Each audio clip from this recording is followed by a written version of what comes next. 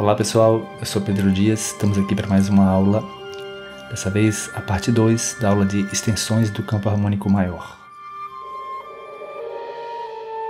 Se você está gostando do conteúdo, por favor curta e se inscreva para me motivar a continuar produzindo material. Na aula anterior, a gente entendeu as extensões do campo harmônico maior. Agora, a gente vai explorar as extensões de cada grau do campo harmônico maior. Mas antes de examinarmos cada grau do campo harmônico, observe esses acordes de Dó maior.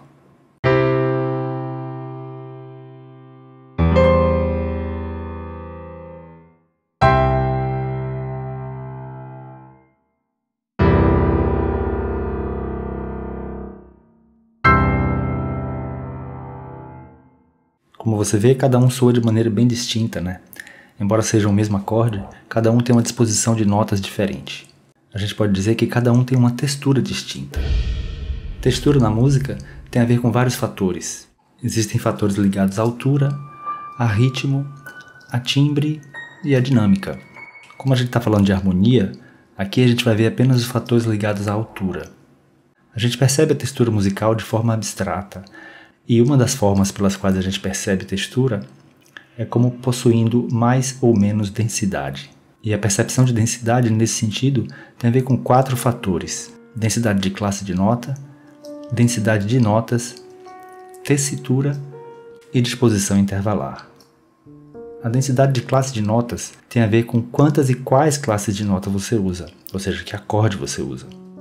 Densidade de notas tem a ver com quantas notas você usa em determinado âmbito, se as notas estão muito próximas umas das outras ou se estão separadas. A tessitura tem a ver com a região em que você usa as notas, se é a região mais grave ou mais aguda. E por fim, a disposição intervalar tem a ver com como você organiza os intervalos, que inversão você usa, etc. Portanto, a densidade de classe de notas tem a ver com que acorde você usa. E a densidade de notas, a tessitura e a disposição intervalar tem a ver com como você usa os acordes que você escolheu, seja na execução ou na orquestração. Uma tríade maior tem um baixo grau de densidade de classe de notas, porque tem apenas 3 classes de notas e porque elas estão espalhadas no espaço de classe de notas. Quanto mais classe de notas e quanto mais próximas umas das outras no espaço de classe de notas, maior a percepção de densidade. Esse acorde, por exemplo, que é um acorde não tradicional, tem maior densidade porque tem 6 classes de notas e essas classes estão próximas umas das outras no espaço de classe de notas.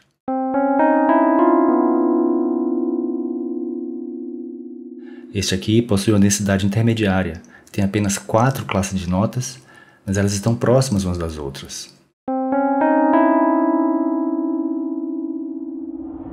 Mas essa percepção de densidade ela vai ser modulada, digamos assim, pelos outros fatores que vimos.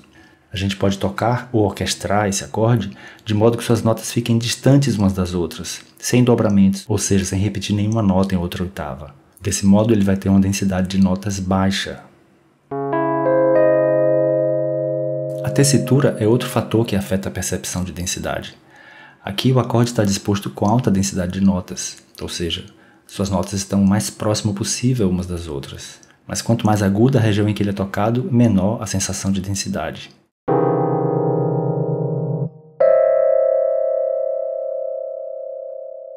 A disposição intervalar, ou seja, em que ordem você dispõe as notas do acorde, também vai afetar a percepção de densidade. Nessa primeira disposição, são valorizadas sétimas menores. E nessa disposição aqui, ainda que tenha uma tessitura e uma densidade de notas semelhante à anterior, a presença das nonas menores promove uma sensação de maior densidade. Recapitulando, a densidade de classe de notas é estabelecida quando você escolhe que acordes usar. A densidade de notas, a tessitura e a disposição intervalar tem a ver com como você vai dispor essas notas no espaço de notas, e se você vai realizar dobramentos, etc., o que em inglês é chamado de voicing. As escolhas de como dispor as notas têm que ser feitas sempre que se executa um acorde, seja num instrumento de teclado, num instrumento como violão ou guitarra, ou seja quando a gente compõe ou arranja para um conjunto de instrumentos, um naipe de sopros ou de cordas, uma big band ou uma orquestra sinfônica. Eu aqui vou recomendar alguns materiais que são interessantes para o estudo da disposição das notas, ou voicings. No piano, eu recomendo o The Jazz Piano Book, de Mark Levine. Para violão ou guitarra, eu recomendo A Modern Method for Guitar, de William Leavitt. E se você vai escrever para conjuntos, o Arranging for Large Jazz Ensemble, de Dick Lowell e Ken Pulig, é um livro importante. E existem vários manuais de orquestração também, dentre os quais eu recomendo o The Study of Orchestration, de Samuel Adler.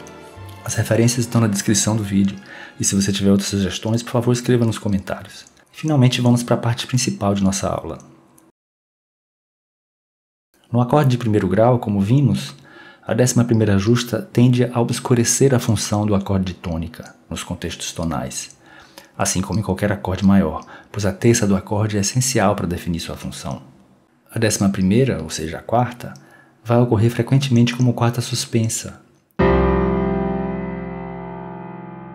mas o acorde só assume claramente sua função de tônica quando a quarta resolve na terça. Como em qualquer acorde que não seja de dominante, a gente chama a 13ª de sexta.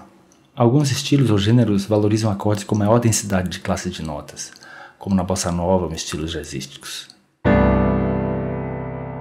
Já em estilos ligados à música pop ou ao rock, existe uma tendência de usar acordes com menor densidade de classe de notas, como tríades com sexta acrescentada ou nona acrescentada.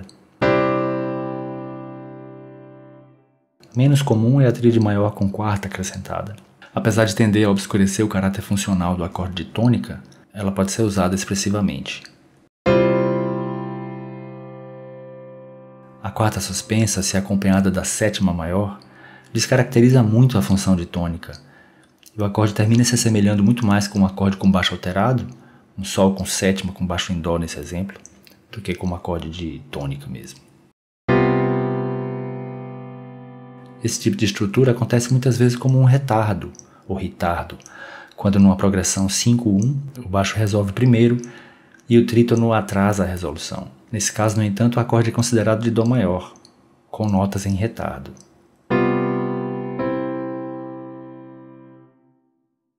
No segundo grau, o uso da sexta, por ser sensível, sobretudo sem a sétima, pode obscurecer um pouco a função, especialmente se ele é seguido pelo 5, pois o movimento da voz interna 1-7, Dó-Si em Dó maior, se perde.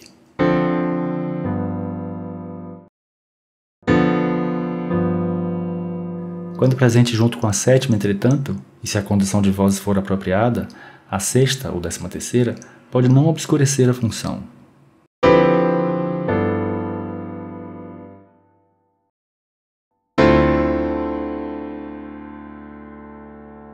O terceiro grau tem uma extensão que tende a obscurecer sua função, que é a nona menor, e outra que o transforma em outro acorde, a 13ª menor. Dependendo da condução de vozes, entretanto, a nona menor pode funcionar, e o mesmo acontece no sétimo grau, como a gente vai ver na terceira parte dessa aula.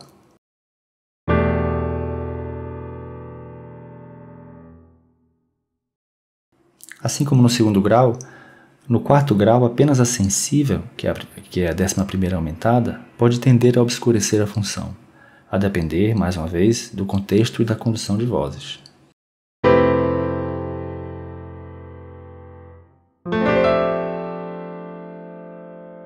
No quinto grau, a 11ª, assim como no acorde de primeiro grau, pode obscurecer a função, a menos que ela seja usada como quarta suspensa.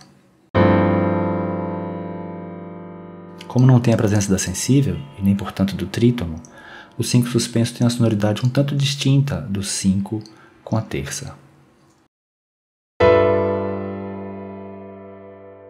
Em alguns contextos, a terça pode ser acrescentada ao acorde de 5 suspenso, sobretudo se na disposição de notas ela fica acima da quarta, formando um intervalo de sétima com ela. A depender do contexto e da condição de vozes, esse acorde pode adquirir a função de 5 ou de 5 suspenso.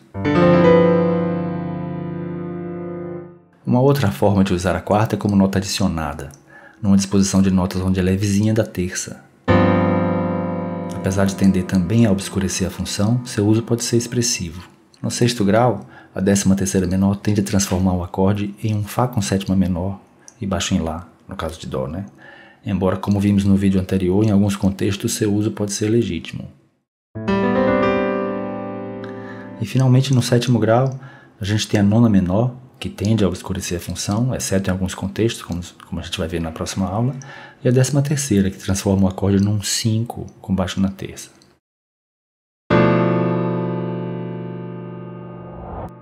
Na próxima aula, a gente vai examinar os exemplos de uso das extensões em cada grau e vai usar extensões também numa harmonização. Um abraço e até lá!